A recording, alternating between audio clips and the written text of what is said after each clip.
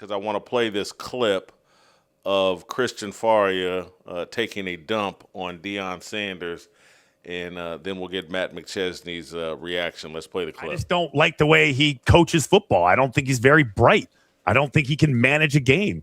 I think there's a lot of flash, but I think there's no substance, and he's got a lot of people like brainwashed.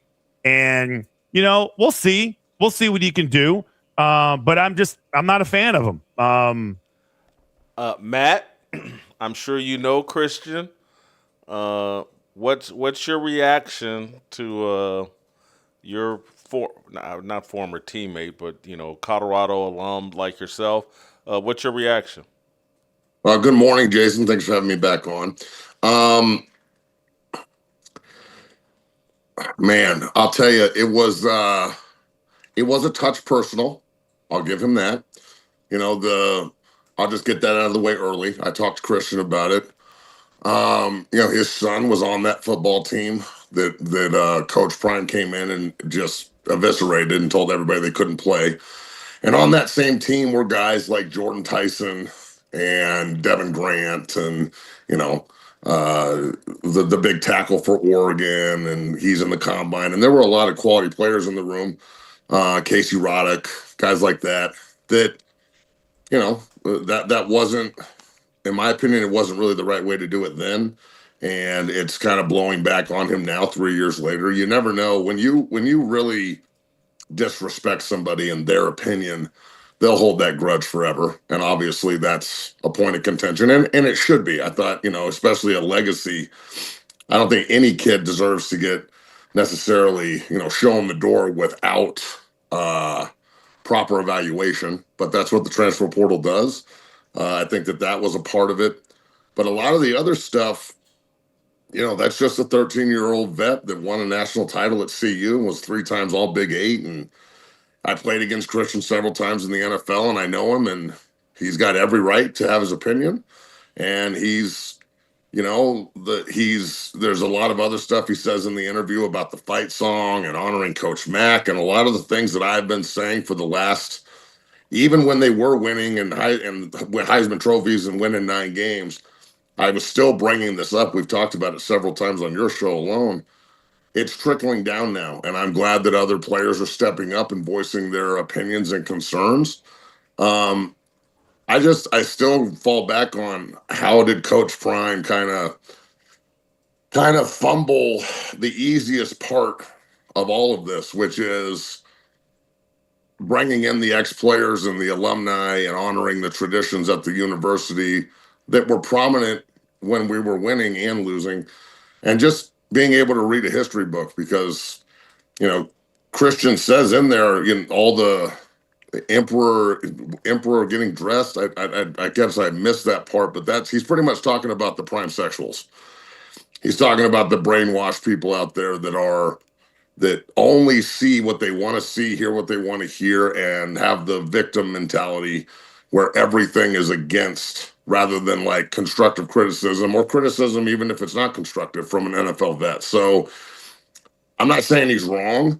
I don't know if he needs to go I don't know if he's very bright way of thinking, but at the same time, I think he was talking about coaching and on the field stuff. I don't think he's questioning Prime's intelligence as a man. I am. I know you are.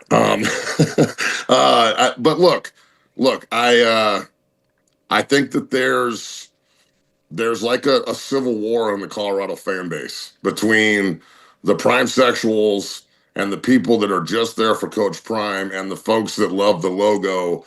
And we could be 1-11 and the worst team in the country, but we're still going to have love for our university and the traditions of it and what makes it it. So again, like I said, I don't know how they fumbled this bag the way they did, but it goes back to a lot of different things with the state of Colorado. They don't recruit Colorado. They don't think Colorado kids can play. They don't want any legacy guys up there. There's been like 8 to 10 legacy players that all should be in Boulder in the last couple of years, and none of them are going to be. So yeah, there's some definite issues inside the alumni and the fan base. And Rick George is on his way out. You got a new AD coming in. We'll see what the standard is moving forward, but he definitely dropped the bomb. That was a very, very honest interview by Christian, to say the least. So, what percentage of the former players is there a divide? Are half the guys like, hell yeah, behind the scenes, Christian, hell yeah, great job, and the other half are, how dare you? What's the divide like among the former players? I mean, I haven't heard anybody say "I dare you" or "How dare you." I think that Phil Lindsay on his show on 104.3 here in Denver, who's a great buff and was a great Bronco. I think Phil was more, PO'd about the going after his intelligence. Like that sounded personal to Phil. Other than that, though, Phil said on when I heard it live that he can't really disagree with him on all the other stuff. It's his opinion, and it's not like it's not true. Um, I don't think that there's like a split or like people are mad in the fan base, myself included. I'm not mad. No one's angry. They're just people are just like, okay, well, you obviously don't want any of us involved. You don't want anybody around. You only want guys from the University of Miami or your buddies there. And that's cool. It's your program. You can do what you want. And guys have just backed off. Like everybody's just completely backed off and they want the team to win, but they also, I'm not saying they don't care if they lose. They're just kind of disconnected. And again, that as an ex-player, this as an alum, that's not a good place to be, in my opinion. So I don't know what they're not going to do anything to fix it. They've gone more drastic and don't talk to anybody, don't associate with anyone, circle the wagons. Everybody outside the room is a threat. And that's just not true. So college football is still about community, and tradition and passion for your university. It's not the NFL, even if they are getting paid.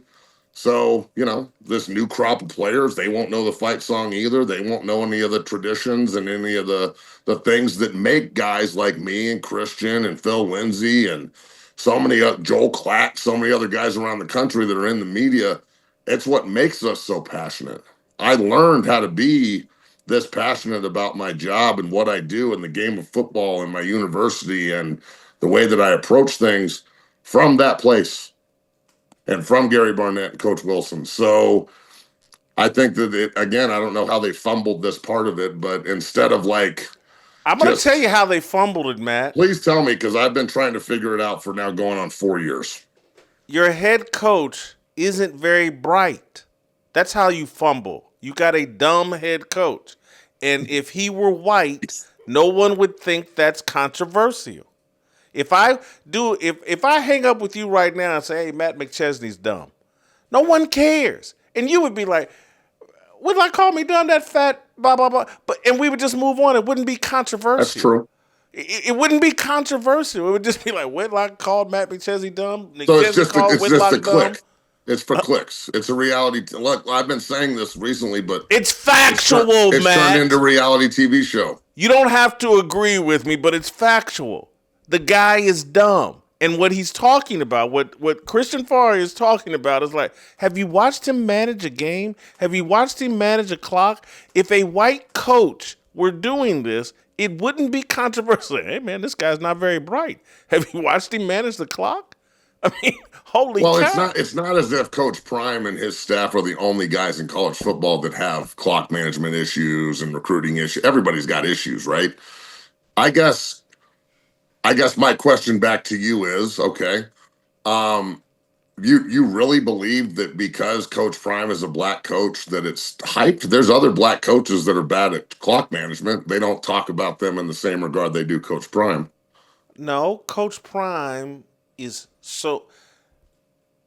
Arrogance is an indication of stupidity. And there's no one more arrogant than Deion Sanders.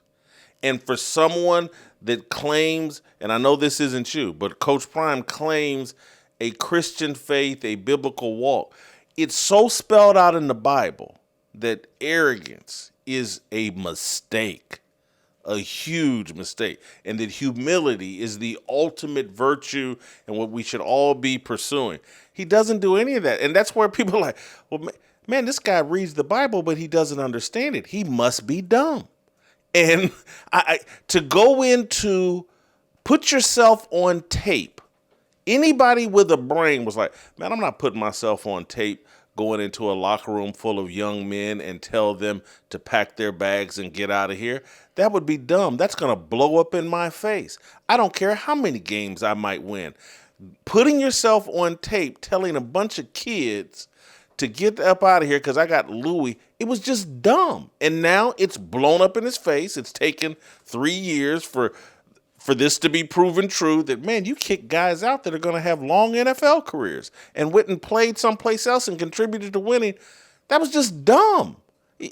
You could want those kids to leave without putting yourself on tape and telling them to leave. That's arrogance. Arrogance is a sign of stupidity. And Matt, here's the universal thing. You played a lot of sports and football. You've been involved for a long time.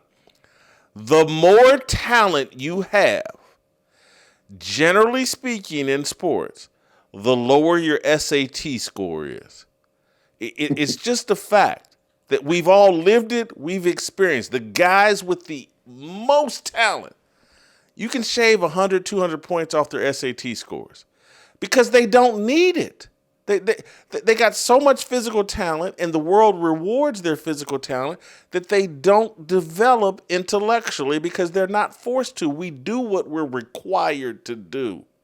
It's like, why was Larry Bird one of the smartest basketball players in the history of basketball? Because he couldn't jump. And so he had to outsmart people if he wanted to compete. And that's you do what you have to do to compete. Magic Johnson was a smart, because he wasn't some freakish athlete. That's why he played the game, played basketball at a really intelligent level. Deion was blessed with so much athletic talent. He had very little interest in developing intellectually, and it shows up everywhere. And we in America, we can say, hey, that white guy, he's dumb. But if you see a dumb black guy, you got to be don't say that. If you acknowledge, like, man, that guy's way too much talent, can't manage the clock, has put himself on tape doing some of the dumbest things in the world, gets in press conferences and repeats the same handful of words over and over and over again because his vocabulary is limited.